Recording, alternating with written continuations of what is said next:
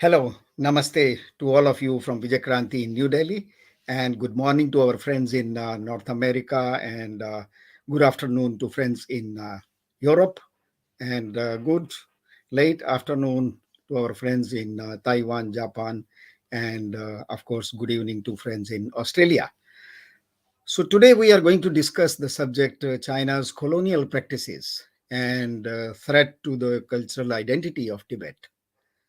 As we all know, that 52nd session of the United Nations Human Rights Council is in session these days in Geneva.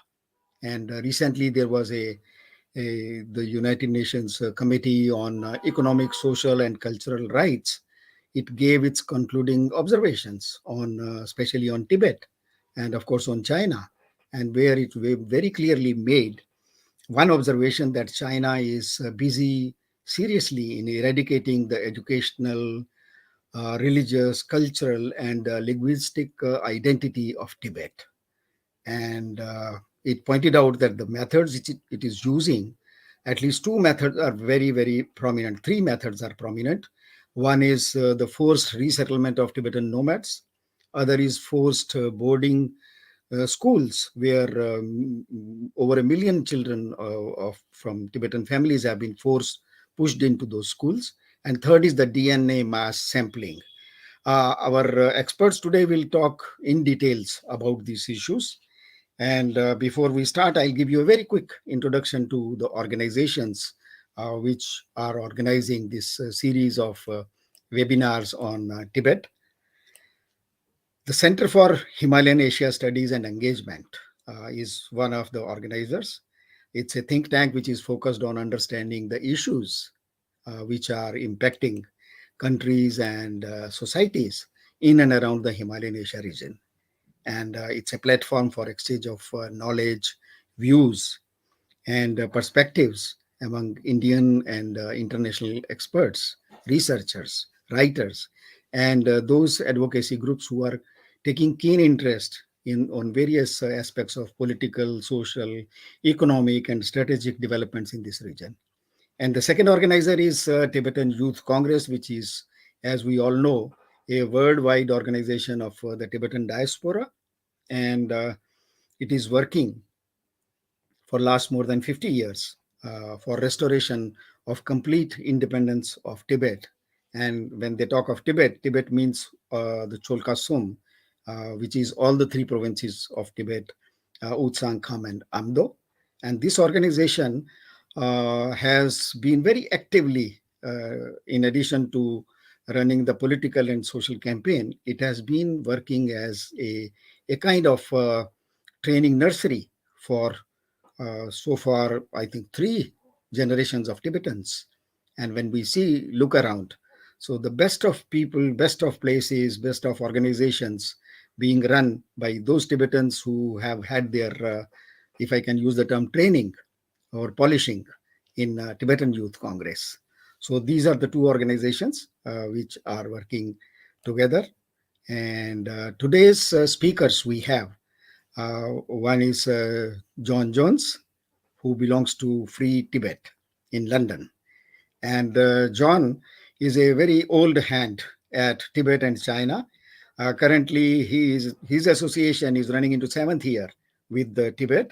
And as we know, Free Tibet is a non-profit organization, and its vision is a free Tibet in which Tibetans are able to determine their own future and the human rights of all Tibetan people are respected. And Free Tibet, it campaigns for an end to the Chinese occupation of Tibet and for international recognition of a Tibetan people's right to freedom. John himself has been very keenly engaged in understanding China and understanding Tibet and whatever is going on inside Tibet. And he has presented the case of Tibet at many national, international forums and in the media also. So, welcome, John, to today's evening. Thank you. Then we have Marco Respinti, a very well-known name who has a deep understanding of how China functions because he is director in charge of Bitter Winter, which is a magazine on religious liberty and human rights, which is published from Milano, Italy. And it comes out in so many languages. It's in English, Chinese, Italian, French, German, Spanish, Japanese, and Korean. So Marco is holding so many feathers in his cap, and his understanding of China is quite seen seriously by people across the world. So welcome, Marco, to today's evening. And last but not the least, we have a very dynamic leader of Tibetan diaspora. She is Rinzin Choden, who is the National Director of Students for Free Tibet. And she is the National Director, as I said. And I know her personally for a long time. She is an activist. She has been active in so many youth organizations, in among the women organizations. Very energetic young face of Tibetan youth, the youth activism today, and her network of youths, activists, and non-violent supporters of non-violence, and has been and she has a big chain of admirers across the world.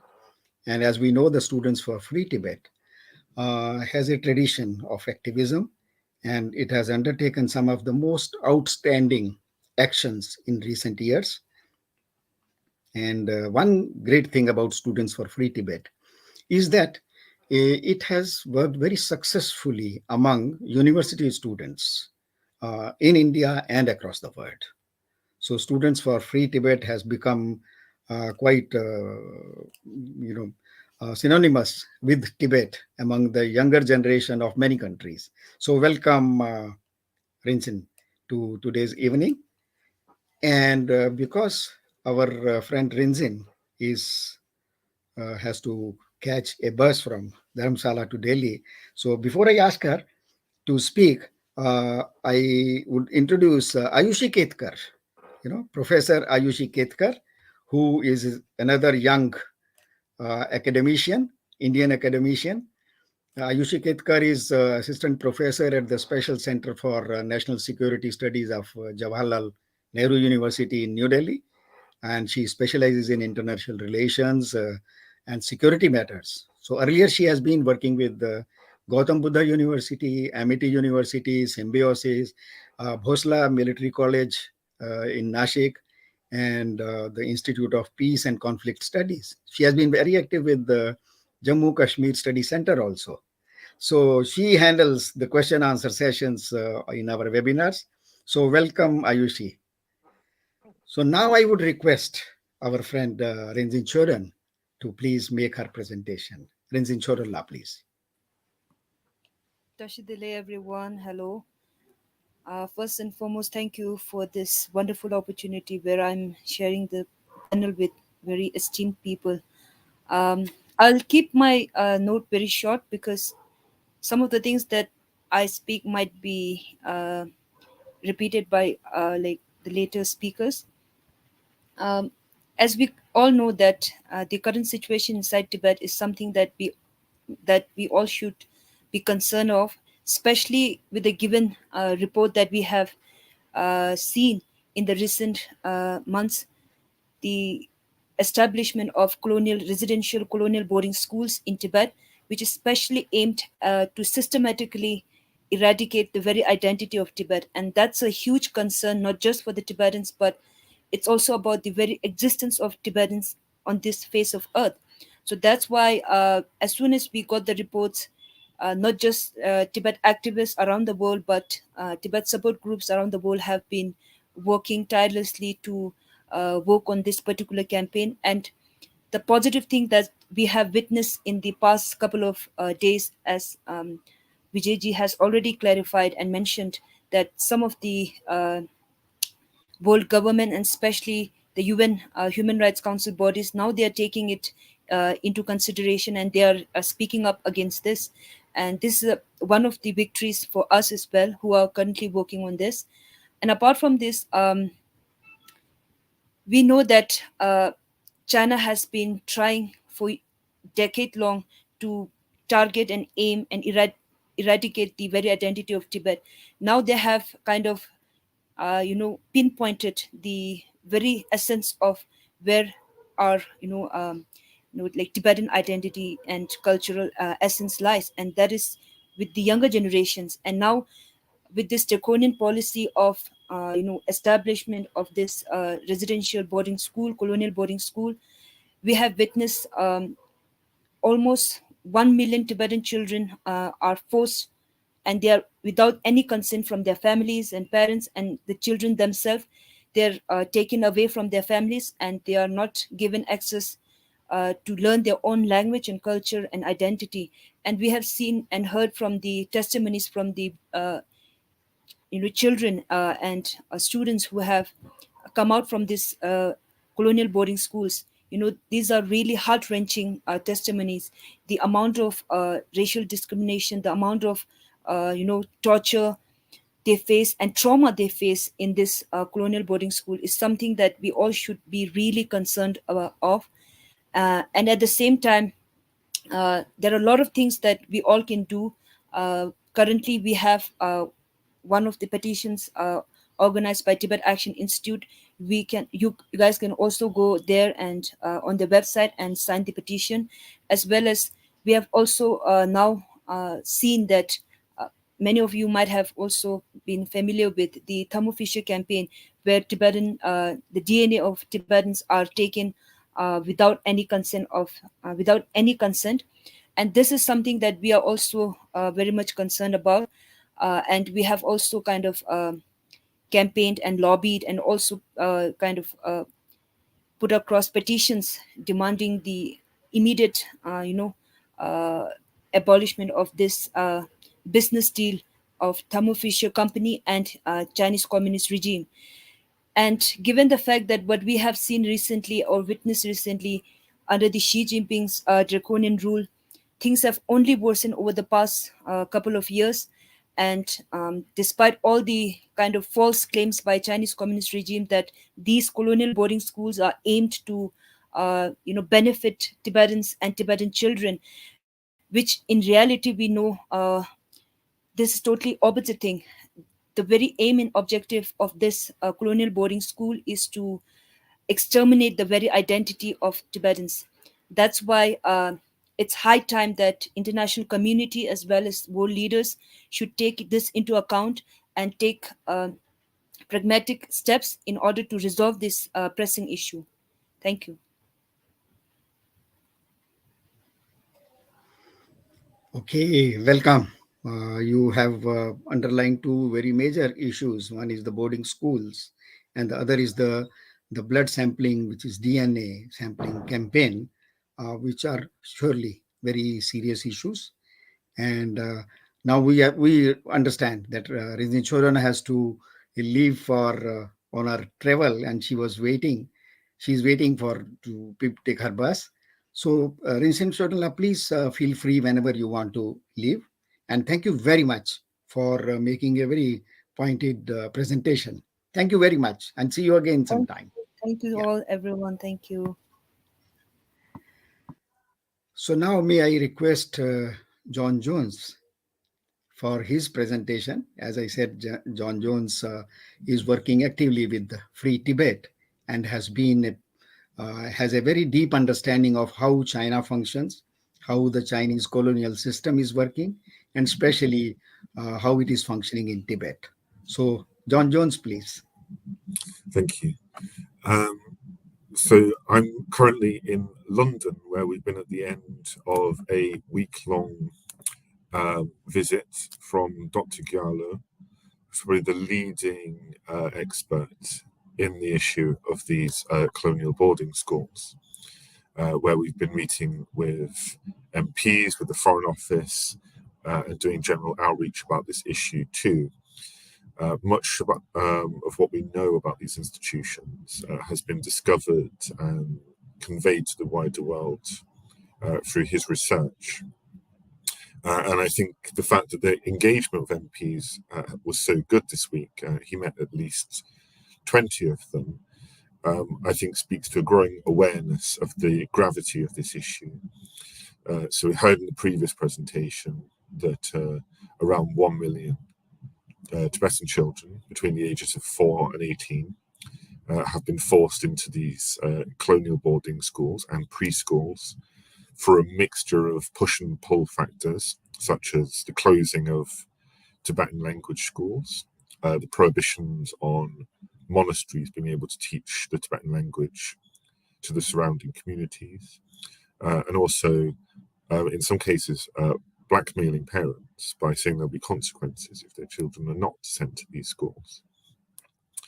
Dr. Gallo has stated that this policy is perhaps one of the most severe threats to Tibet's long-term identity, because they're aimed at severing the attachment that Tibetans have to their unique identity, their language, their distinct culture, history, and way of life. From one generation to the next, there's a risk that knowledge will not be passed on, because these schools have the effect of alienating children from their families. So as he's put it, from his own experience, he saw that within 3 months of someone in his family being sent to a boarding preschool, the children began to speak to each other in Chinese, even though they'd been raised speaking Tibetan. And when the children went home on weekends, which is something that you can do in boarding preschools, but not in boarding schools, they're there 7 days a week. But when these younger children came home on weekends, they were silent in their own house, almost like they were guests in their own family environment. That's the message that he and other campaigning groups, SFT, Free Tibet, Tibet Action Institute, all around the world have been conveying in their advocacy. And we're starting to see some movement. I think there's 2 pieces of key news from the United Nations. On the 3rd of February this year, a group of 3 special rapporteurs, experts in human rights in fields such as education and cultural rights, they made public a letter that they'd sent to the Chinese government in November, which was quite a upfront letter, and it was good pressure, and the pressure only increased when they made it public, in which they stated that they were alarmed at what appeared to be a policy of forced assimilation of the Tibetan identity into the dominant Han Chinese majority for a series of oppressive actions against Tibetan educational, religious, and linguistic institutions. And that was followed in March at the UN Committee on Economic, Cultural and Social Rights, where the committee in its concluding observations recommended that China immediately abolish these coerced residential boarding schools that they've been imposing on Tibetan children. So we now have in the bank at UN level that the top human rights experts in the world have recognised the dangers that these institutions pose. And I think that's something that we need to utilise. It's been accompanied also by the seeds of growing media coverage. It was slow at first, but following the Committee on Economic, Cultural and Social Rights, Newsweek and Time Magazine and a few other media outlets also did very in-depth pieces on the colonial boarding school system. So it's given us the tools that we need to take our advocacy to the next level. There's a G7 meeting. That's not the most inclusive forum, but some of our viewers might be from a G7 country. The UK is one example. That takes place on 16th till 18th of April. And we've been targeting those countries in part because some of those countries have direct experience of running colonial boarding school systems in their own history. And they know that what's required following those boarding school systems are things like truth and reconciliation, apologies, redress, hopefully one day reparations. So it's an important issue that we can use to get them to be very direct with their Chinese government counterparts, that the international pressure for these colonial schools to be shut down, for Tibetans to be able to learn in their own culture and according to their own educational system, should be once again permitted. We also believe that this is the time for parliamentary debate in our own countries, not just to push this issue, but also because as perhaps the key threat to Tibet's future right now. This is the perfect issue to convey to MPs who are perhaps a little lacking in knowledge on Tibet, the gravity of this crisis. Tibet sometimes gets forgotten by these MPs. You know, they'll mention China, they'll challenge the Chinese government, and they will omit Tibet. And I think the fact that 1 million children have been affected really drives home the point that just because you're not getting day-to-day news from Tibet, some severe human rights abuses are happening there. I'll touch briefly on the DNA campaign as well, just to say that I think that the problem was very well explained in the previous presentation. There is an ongoing campaign to target the company that's supplying some of these DNA testing kits that have seen 1.2 million Tibetans have their DNA sampled. That company is called Thermo Fisher Scientific. They're based in Boston, but they're a global company. They've got operations all across Europe, the Americas, they're in India too.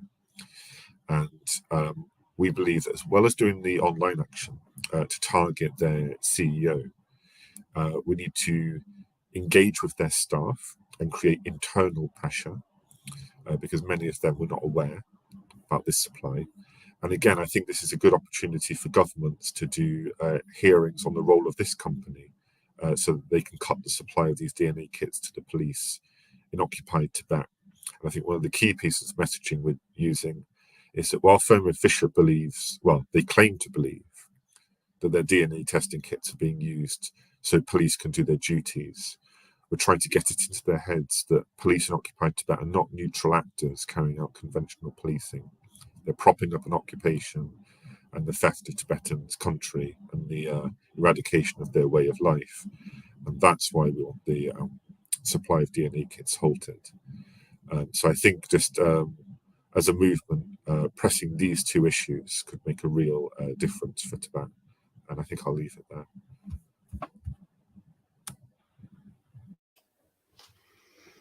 Thank you very much, John.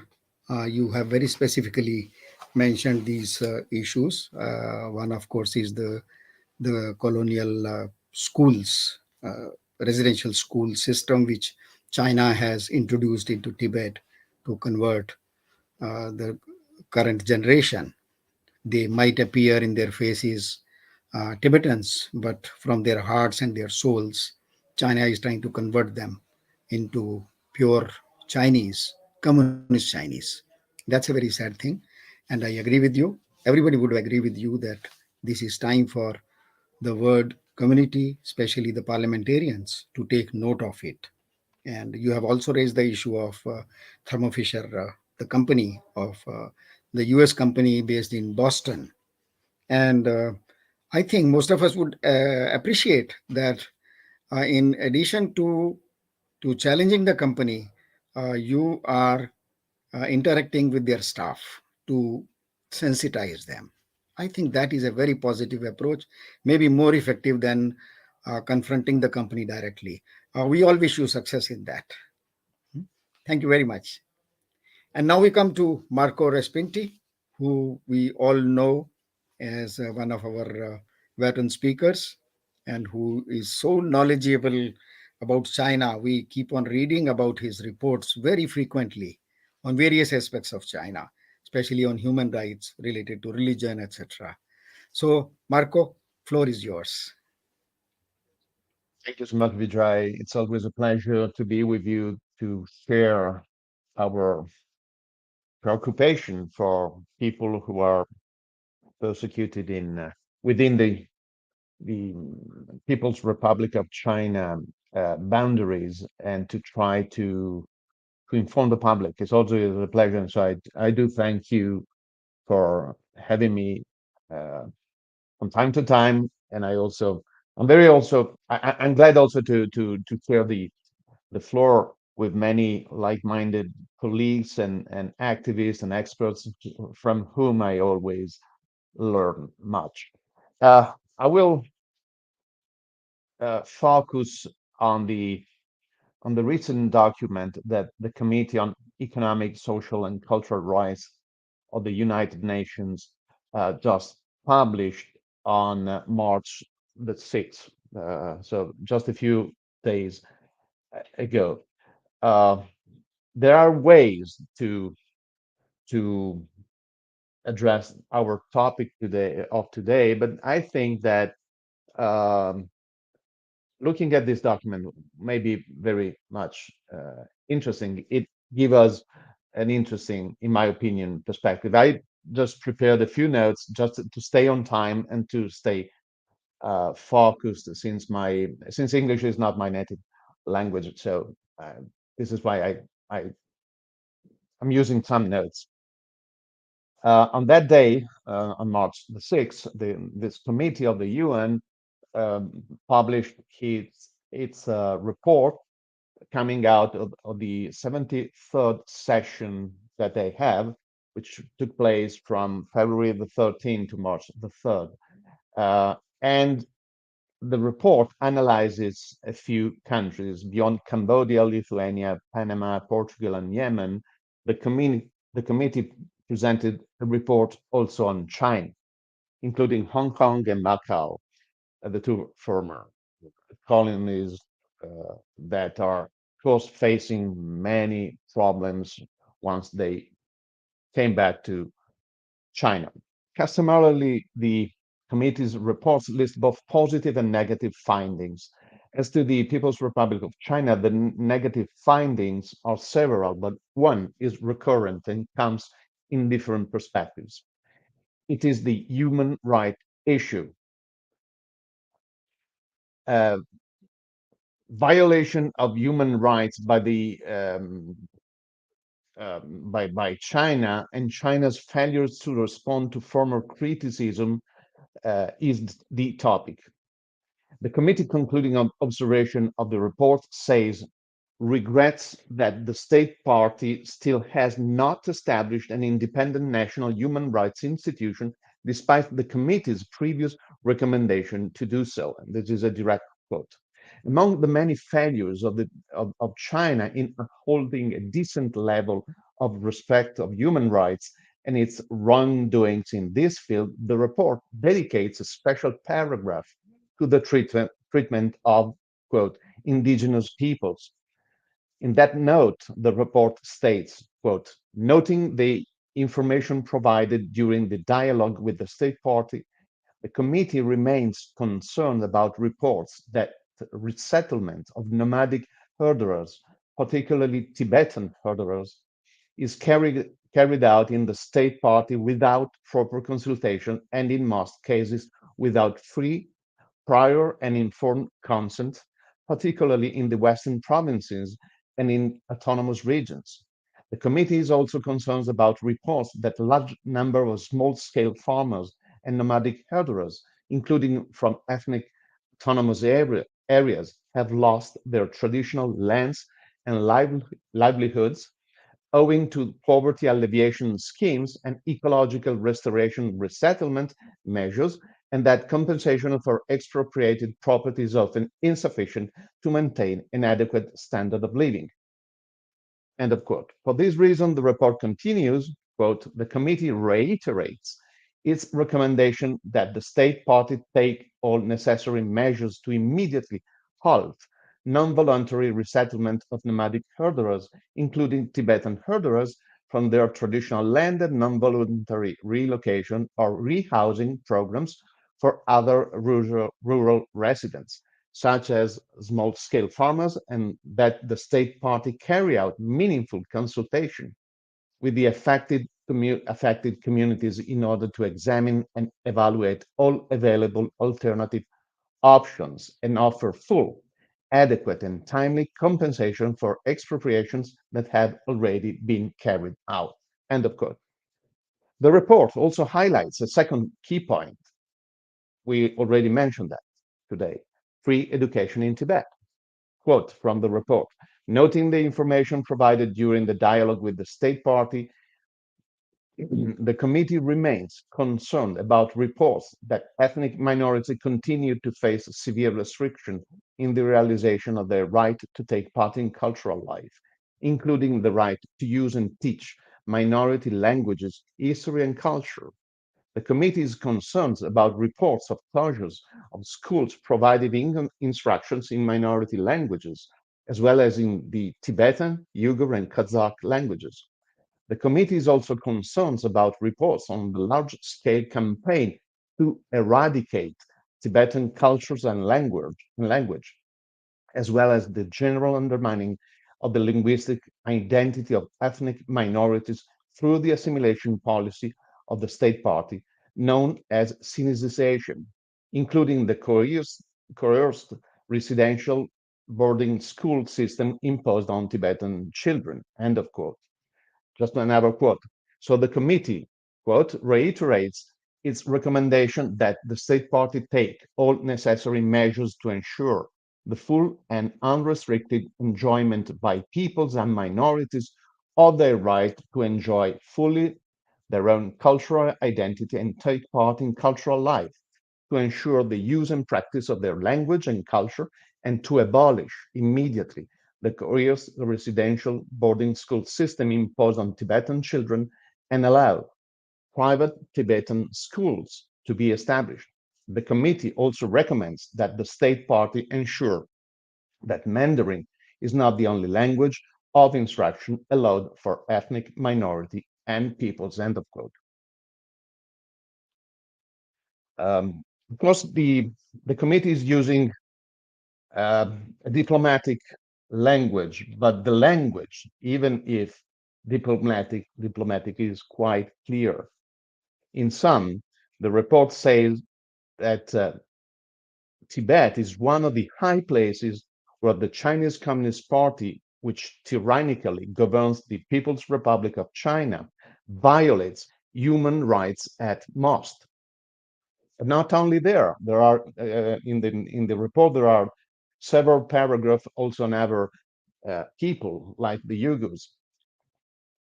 Of course, at the end of this report by this UN committee, following its customary script, China responds to this denunciation by simply calling them lies. They use this word. In the official comments to concluding observation attached to the committee's report, one can in fact read, quote, China regrettably noted that the concluding observation cited and accepted some false information and rumors on Xinjiang, Tibet, and Hong Kong related issues, did not pay due attention to authoritative information such as facts and figures provided by China. The recommendations arising therefrom are untruthful, full of bias and double standards, and China reject them all. End of quote. It follows a totally laughable line which says, quote, the Chinese government attaches great importance to fulfilling its obligation under international human rights instruments to which it has acceded to, end of quote, and a plethora of seemingly detailed answer to accusation that claim to solve the case. So we have a denunciation in a very important UN committee, so very important UN report. We have facts, we have also diplomatic language, but again, a clear language, and we have a response from China saying this is all lies. UN is lying. You all are lying. So at the end of the day, what do we have here? We have China and the CCP, which are again indicted at an international level for violating human rights by a recognized authority. And what is particular and new in this committee denunciation? Nothing. It is yet another document, yet another report by the UN or one of its body or agency, yet another open denunciation of a serious crime against humanity, and yet another propaganda reaction of China that cut all short by calling accusation lies and accuses liars to simply continue its dirty business in Tibet, Xinjiang, that its non-Han inhabitants call it Turkestan, and everywhere. Well, over the last few years, the CCP's position has in fact become quite indefensible, even for the most pro-China partisan. It is in fact impossible to hide the CCP misdeeds. Even the CCP changed its own narrative on its own crimes a number of times. But the impossibility of hiding hard facts heavily influenced also China's reactions. Bullying its adversaries as well as its victims, today China substantially responds to accusation by saying, so what? And this is quite alarming. Only he or she who thinks to be in a dominant position can afford the luxury to let questions go unanswered. It is called hubris. The CCP scorns international organizations since it does think to be virtually omnipotent. Given the fact that the CCP's scorn always remains the last word on things, we can conclude that the CCP's power in the world is not only a CCP's self-perception, but it's real. And this is hubris spiced up with actual power. It is the worst news. Many claim that the situation in China is now better than in the past because of the many indictments of the CCP that come almost daily. They are wrong, in my opinion. It would be good news if those denunciations had the effect of compelling China to a better behavior, but they do not. The more the world discovers on the CCP's crimes, the more the CCP sneers. So denunciations of serious crimes by China summed up to China's sneering only worsen the situation. It is a paradox. The CCP is content in face of the increasing number of denunciations of its brutalities only shows the seemingly untouchable strength of the CCP. Of course, I'm not suggesting stopping fact findings on the CCP's crimes and denunciations. We welcome, of course, more and more documents as like the one we took into consideration today. So I'm suggesting quite the contrary than stopping fact findings. I am only, in my turn, denouncing the fact that that an accuser with no real power to hold the accused accountable does only virtual justice with no hope to change any situation. The CCP will continue its threat to and persecution of Tibet's cultural identity unless the world has a means to stop it. As an observer, I'm not a politician, I'm not even a scholar in the strict sense. I am not in the position to suggest which means the world should have to compel China to a more human behavior, as much as I am strongly convinced that we should have one or more. I can only suggest at this point that until the world judges more convenient to go on trading with the Chinese power or cherish the CCP's hubris, Tibetans and other peoples will continue walking their paths of sorrow. Of course, this is just a moral stand and possibly highly impractical, but we need strong morals to look into the eyes of the immoral CCP. Mine may look a cavalier proposal, but the world needs knights to challenge the red dragon. Thank you. Wow. Thank you, Marco. The way you have analyzed especially the UN report, and the way you have analyzed that it is useless that the word goes on pointing fingers at CCP and CCP goes on doing what it wants to do. It is time for the world to join hands and take a meaningful action. Oh, thank you very much. That's a very valid, I would say, the way you have shown. Of course, it's not an easy way because the world has been facing China since decades, and we don't see any. Unfortunately, we don't see any sign of China taking a hint that it should start behaving as a civilized member of world community. But anyhow, I think the way you have pointed out that it is time for the world to join and take a meaningful uh, stand. That is the gist of what I would say our today's discussion. And especially, thank you very much for going into details of the issues involved in it, and especially the UN report.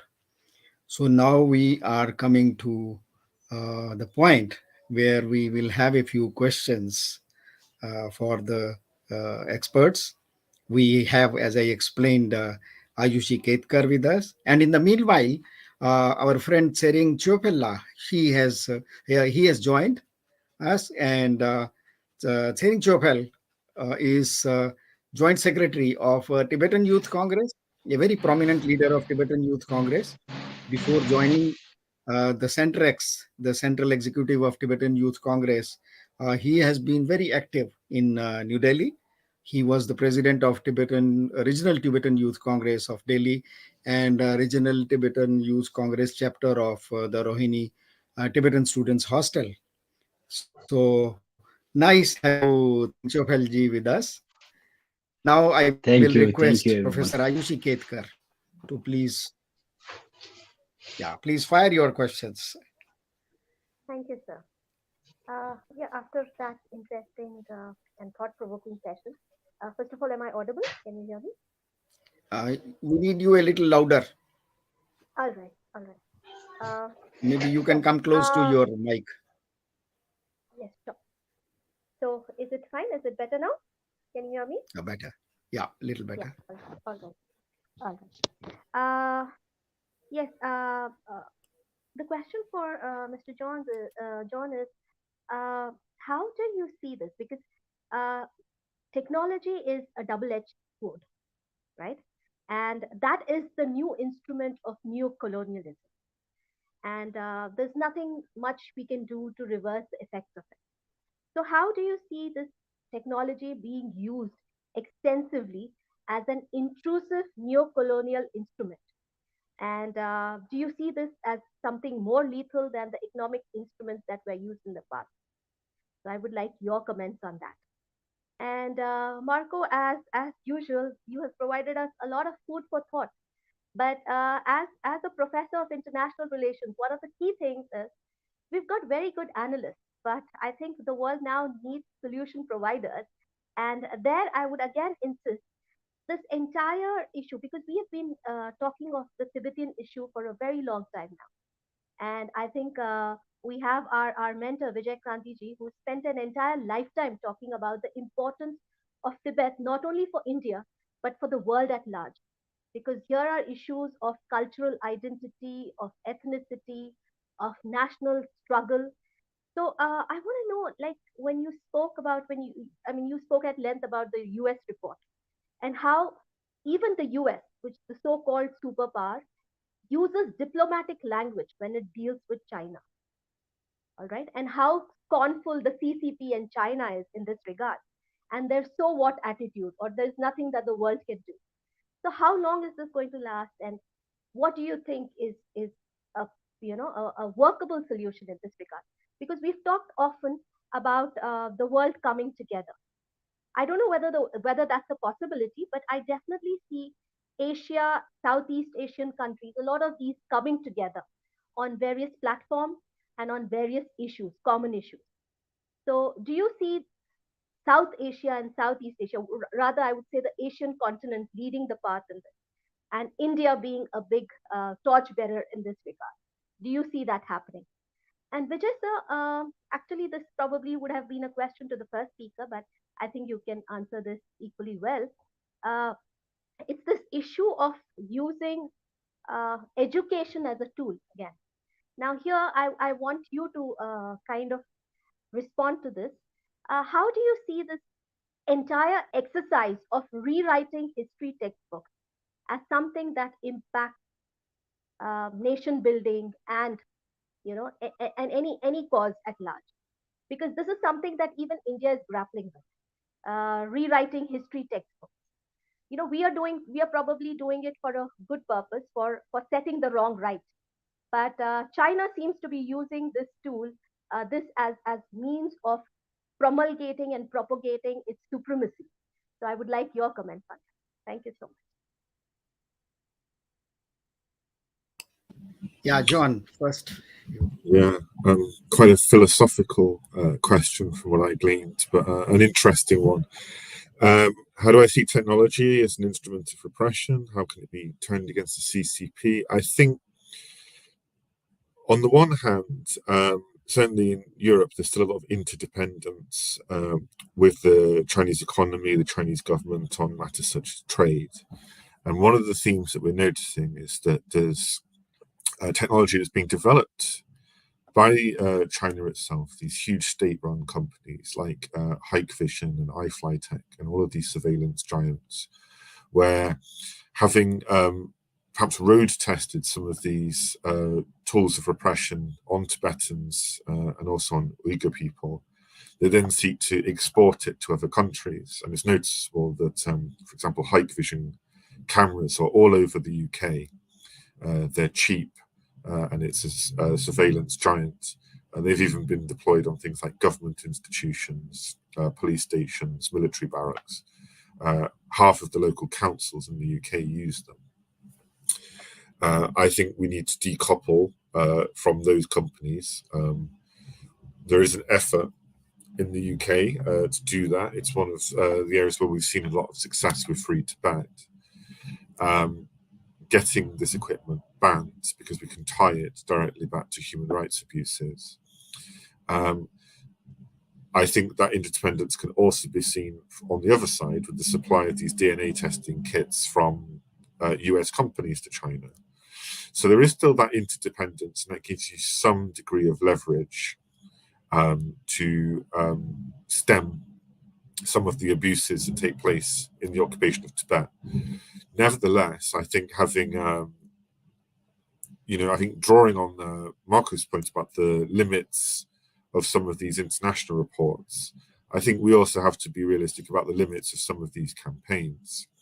There is this possibility, for example, that Europe, the US and Canada, Australia, New Zealand could decouple from this technology and still half of the world be using it. They're by no means the only markets for the CCP. So I think that we do have to maintain that diplomatic edge as well and press those countries to adopt similar policies. I think the technological solution, particularly if you're based in Europe, is not a solution in itself. It's just another dent in this many faceted occupation of Tibet.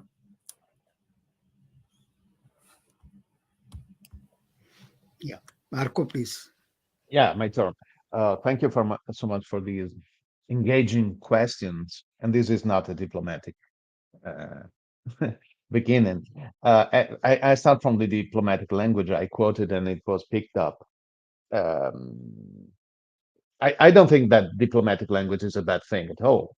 I think that diplomatic language has its own meaning, and it's a way of being polite and of behave. The point is that if we keep diplomatic language in that way, as the UN document we were quoting did, we can use diplomatic language to say strong concepts, as I think it was done by these and other UN document. The problem comes in when the diplomatic language is used to hide truth, but this is totally a different subject. It happens, and we need to denounce it. As a journalist, I've done it many times, but this is another problem. Again, I'm quite satisfied with good diplomatic language that nailed China using strong words, saying stop, as it did this UN document at least a couple of times in the quotes I've given, and in the full text it is used more than 2 times. But this is not the real point. The real point is that I read these documents and others. I use this as an example to say we of course love and welcome denunciations of China because it's a confirmation of the good work we are doing, it's the consequence of fact-finding missions. It's a good thing. But if it remains on paper, this is the problem. China knows it will remain on paper, just like the Bachelet report last minute. It was done last minute just to give China a chance to say, okay, done, put it in a drawer. This is the problem. So this is what I called to today, saying we need some way of action. Of course, I'm not saying we need to wage war against China, nothing violent, nothing like that. I'm not thinking of that. But I'm thinking that there should be an international way to respond to the sneering of China. I mean, China cannot keep on calling the UN, my government, your government, whatever, a liar simply because we're speaking the truth. I mean, this is unbearable, but they do it. So we can, the next step would be to push the international organization to think a way to find a practical way to respond. I mean, I'm a journalist, you're scholars, you're journalists, you're even activists. It's not mine or your job to find a practical way. Our job is to say we need a practical way to stop China every other day. We can discuss that in further webinars. What I'm thinking right now, there may be many solutions, but what I'm thinking right now is, first of all, reform the UN. China cannot be treated equally as any other country. Not because I'm mean against the Chinese people. I love the Chinese people, but the problem is the government that is ruling China is not. It is not a democratic government. So we should not. I mean, they say they're not equal to other governments. It's a one-party system, no elections, and go on and so on and so forth. So they say they are not equal to others. So we should not treat them equally, and we should not give them the position they have in the UN, in the Security Council of the UN, in the Human Rights Council of the UN. This is the first step. It may be too late, or it may become late because China is not remaining only within Chinese boundaries. It's expanding since years now. So it's taking more power internationally. So we need to act, or they need to act quick, because every day it's already late. But we should find in a diplomatic way, because we cannot tie. I mean, many powerful country in the world cannot sever their links with China tomorrow. They need to, and maybe they will never do it, but they need to say, okay, wait a minute, I will trade with you, but I need to raise the price, as I said in a previous webinar here. And the price is respond on human rights, release people, so on and so forth. I go to the second part. I mean, but this is food for the brain. We need probably to address this specifically, maybe in other ways. You touched upon education as a tool. I wanted to say something about that because it's a very key point. I think not just one key point, is the key point. When you impose to a people, a dictatorship or a totalitarian government as the one who's ruling in Beijing impose its own will upon the identity, language, and culture and religion of the people. This means that we are right when we denounce this as a cultural genocide. When you touch education, you kill the future of the nation. When you touch families and education, you kill the future of the people. This is why they're working on education, because if they can impose their own way upon through education on Tibetans, there will be no next generation, and this is killing the people. Maybe not yet physically, but it's culturally killing it. We will not have any more Tibetans being real Tibetans. And this is what they are trying to accomplish through education. In history, every dictatorship, every totalitarian regime touched education first. So it's very dangerous, and this is why they should be stopped. First of all, on education. This is my opinion, at least. Yeah, thank you very much. And yeah, one point which I you asked me about history. I'll touch this issue very quickly. What China is doing today, it is using history as a tool, and not true history, but the rewritten version of whether it is China or the rest of world, as written by China. So yeah, thank you, John. Thank you very much. I'm sorry you were asking for leaving. So thank you very much, John, for your participation and very meaningful participation. So I come back to the question of history. The problem today is that we are dealing with a country which has no faith in even the stand it takes at one stage, because it feels free to quit very comfortably from that stand and then take a new stand. So, exactly what they are doing is they are using the old communist tool of using history and writing history according to their convenience. And very unfortunate way how the communists across the world have done. They see what exactly is the goal today, what they want to achieve today. So then they start rewriting history backward from today to the past, so that, and they create a past, imaginary past, which justifies their today's goals. So that is a basic problem, because once His Holiness Dalai Lama was asked that China wants you to accept that Tibet was always a part of China in the history. And what is problem with you? So his simple answer was that I cannot go back and change the history. I can amend my approach today if I find that the Chinese will be kinder to my people.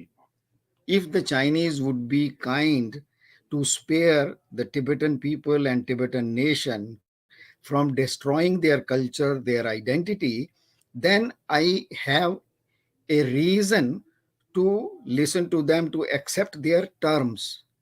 But I cannot go back and rewrite history according to China's wishes.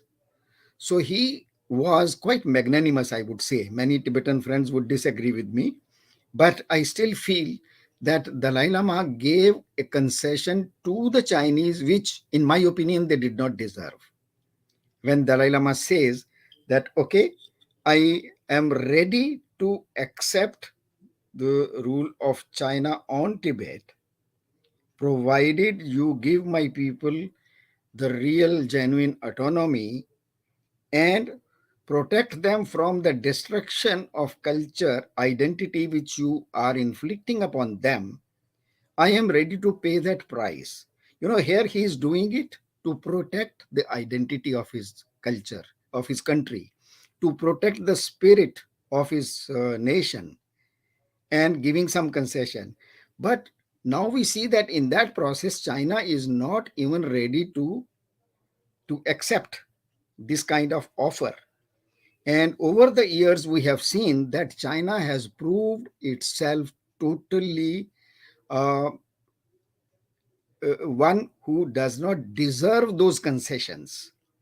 Because when Dalai Lama gave this, when he spoke of the 5 point program, I was very active, and I noticed it with my own, with my, what I would say, with the pinch of salt, I took it.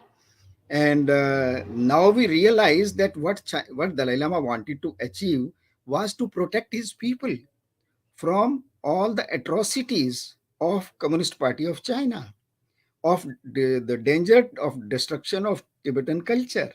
the destruction of wiping out of Tibetan identity or wiping out of Tibetan language. And unfortunately, what we see today, China has not moved 1 foot back on any of those points, rather, it has gone ahead. It is blatantly destroying Tibetan culture, as all our speakers pointed out, as the United Nations report has pointed out. It is destroying their religion. It is destroying their language. It is destroying the identity of the younger generation. So, and still, China wants to accept the world to accept the Chinese version of history. It's very, this is not today, is not the webinar or not the subject of discussing history, but very quickly, if I look at that, today's China actually, when it came into existence as a political modern state in 1912 as Republic of China, established by Dr. Sun Yat-sen. And till then, for more than 780 years, I repeat, more than 780 years, China was a slave country. It was occupied first by the Mongols, then it was occupied by the Manchus, the Manchurians, and in 1912, it came into existence as a free Chinese state called Republic of China. And today, they want the whole world to accept that the Mongols, the great Genghis Khan, China ran a series of TV programs, a documentary series, which tried to prove that Genghis Khan was a great son of China. My God. This kind of lies China wants the whole world to swallow, that Genghis Khan was a Chinese. He was a great son of China. That China was not occupied by Mongolia, but now today China, the Xi Jinping and his company, they want the whole world to believe that the areas occupied, countries occupied Genghis Khan or Manchurians, today they also belong to China. So, if this theory the whole world accepts, if the United Nations accepts, so one thing I would say, then Australia can claim that India is a part of Australia. Or even New Zealand can say that India and Australia are part of New Zealand because we all three were occupied by the British. So the question, you raised the issue of rewriting history. So this is it is too ridiculous and too unacceptable to accept the history which China wants to push in the throat of the whole world, a history which is suitable to today's China. So I think it deserves the contempt. We should give it the contempt it deserves. That I can't say more than that. So I hope I could give you answer, Ayushi. Thank you. Yes, sir. Thank you so much. So I think here with this we conclude the question answer session. And now we have our friend Tsering Chopella, who is Joint Secretary of Tibetan Youth Congress, who is the co-host of today's webinar. Yes, thank you, Vijayji. On behalf of Tibetan Youth Congress and the Tibetan communities, we would like to a very thank you to Mr. Marco and the John and the Vijayji and the Professor Ayushi, who is always come with the brilliant questions, which always she asked, and we have listened to your many questions. And the Marcos, sir, you are always against the Chinese government. What is the fact and the figure, which is help us to show, to know the more about Tibet and the Chinese circumstances these days. And the Vijay sir, who is always our supporter of our very old friend of Tibetan communities, and he is always against the Chinese government and always support to the Tibetan cause. So I would like to thank you each and everyone on behalf of Tibetan Youth Congress and the Tibetan community. Thank you. So thank you. I'm sorry there was a little disruption in between, some technical disruption. So thank you very much. And if we have missed, thanks to Rizin Chorullah, a very special thanks to her that she, despite her engagement, and she was rushing to start her journey, to, so she still joined us. So thanks to her. Our very special thanks to Losang Tsetenla, who is always helpful to us in organizing or handling the technical side of this whole show. So we say goodbye to all our friends, and we'll meet you again, hopefully on 22nd or 21st of next month.